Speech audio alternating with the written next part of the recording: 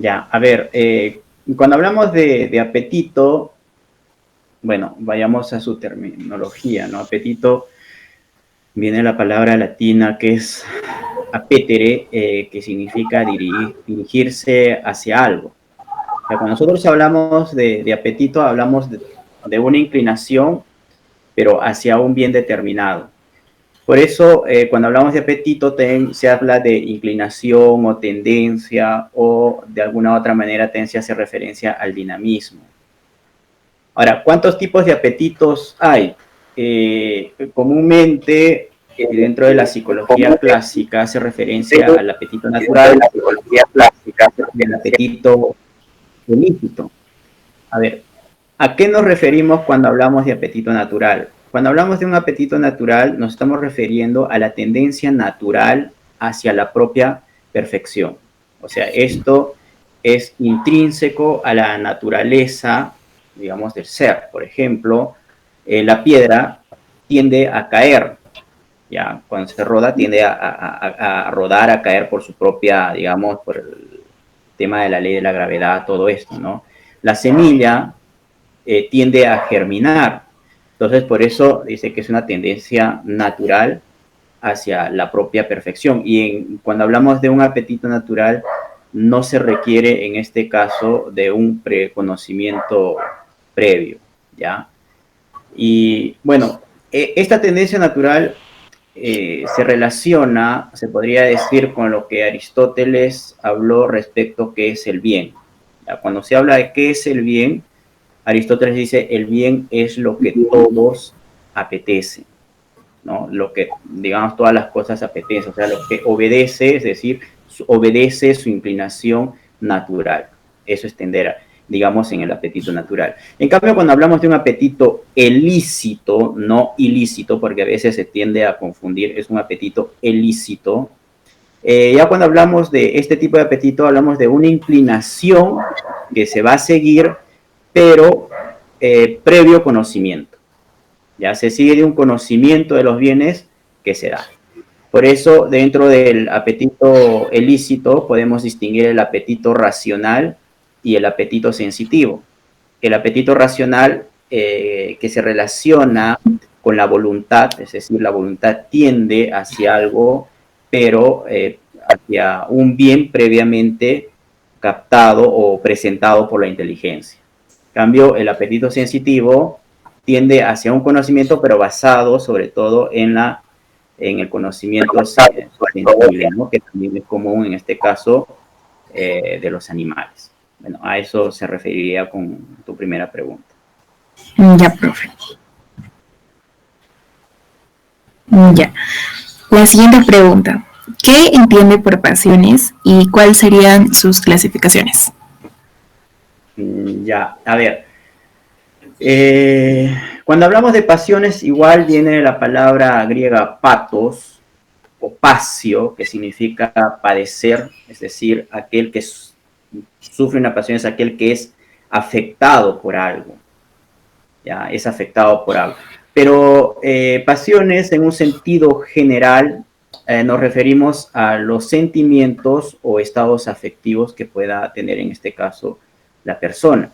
Por eso se dice que pasiones son movimientos súbitos del apetito sensitivo que producen modificaciones en el cuerpo del hombre, ¿ya?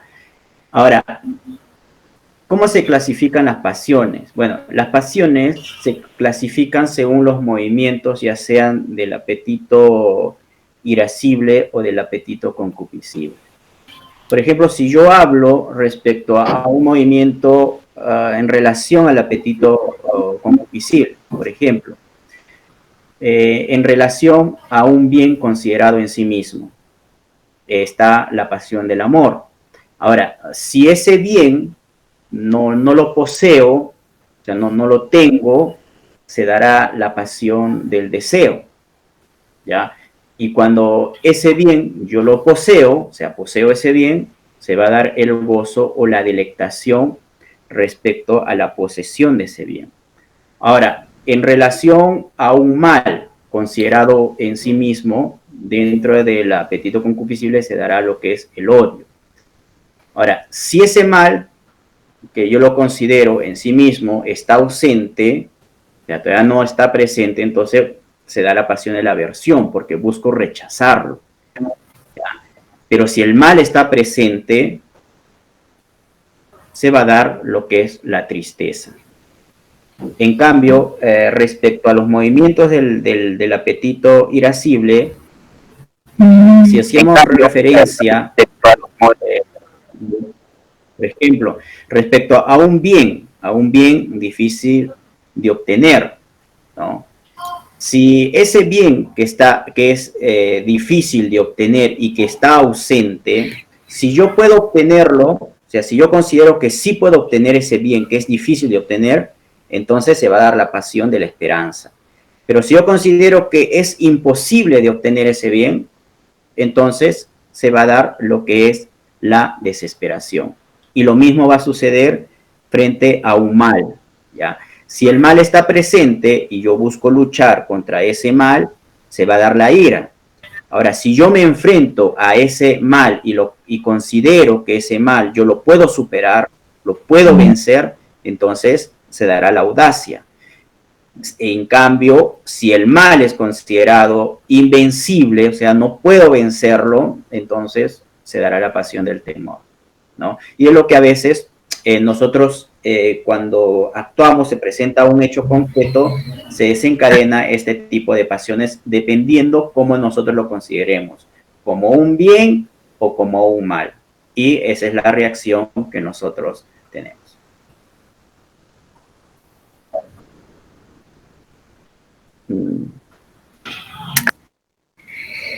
¿De qué manera el apetito, ya sea concupiscible o irascible, genera pasiones? Bueno, es lo que te acabo de explicar, ¿no? O sea, las pasiones respecto a los movimientos ya sea del apetito concupiscible o del apetito irascible, ¿no? Según considerando lo que hemos hablado, ¿no? Si se trata, digamos, en este sentido de un bien considerado en sí mismo, ¿no? Ya sea el amor, si está ausente el deseo, si yo lo poseo el goce, si hace referencia a un mal considerado en sí mismo, sea el odio, si lo rechazo, sea la aversión, si está presente la tristeza, ¿no? Lo que te he explicado hace ratito, o sea, ahí ya te lo he explicado. Claro. Perdón. Ya. ¿Sabe usted las características de los sentimientos?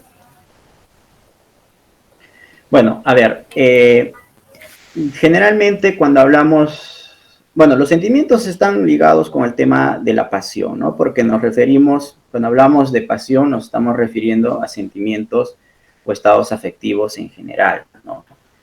Ahora, y dentro de estos estados afectivos o sentimientos de modo general, la psicología o la antropología filosófica en este sentido hace la diferencia entre lo que vendría a ser un sentimiento o una emoción, ¿no? O sea, la distinción entre uno de estos.